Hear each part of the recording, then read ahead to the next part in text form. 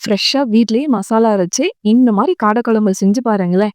நல்லா கம கமன்னு காரசாரமா சூப்பரா இருக்கும். வாங்க எப்படி பண்றதுன்னு பார்த்துடலாம். 1 டேபிள் ஸ்பூன் மல்லி, 1 டீஸ்பூன் சீரகம், 1/2 டீஸ்பூன் சோம்பு, 1/2 டீஸ்பூன் மிளகு, ஒரு பெரிய துண்டு பட்டை, 2 கிராம்பு சேர்த்து சிம்லேயே வருங்க. மல்லி ஓரளவு வறுபட்டதும் கூடவே ஒரு 3 வரமிளகாய் சேர்த்துக்கலாம். எல்லாமே நல்லா வறுபட்டுருச்சு. மிக்ஸி ஜாருக்கு மாற்றிட்டு நைஸாக அரைச்சிடலாம்.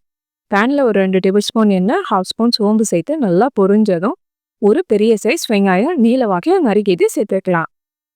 2 கொத்து கருவேப்பிலை, ஒரு பச்சை மிளகாய் சேர்த்து வெங்காயம் நல்லா ப்ரௌன் கலரில் வர வரைக்கும் வறுக்கணும்.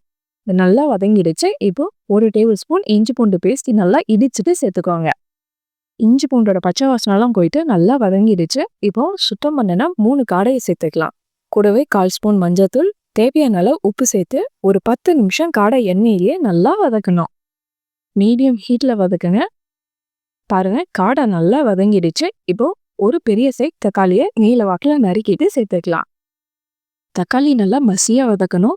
காடை கூட நம்ம சேர்த்த பொருள் எல்லாமே ஒன்று சேர்ந்து நல்லா வதங்கி வந்ததும் நைஸாக அரைச்ச பொடியை சேர்த்து ஒரு 2 நிமிஷம் வதக்கலாம்.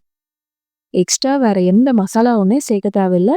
நம்ம அரைச்ச பொடி மட்டுமே போதும்.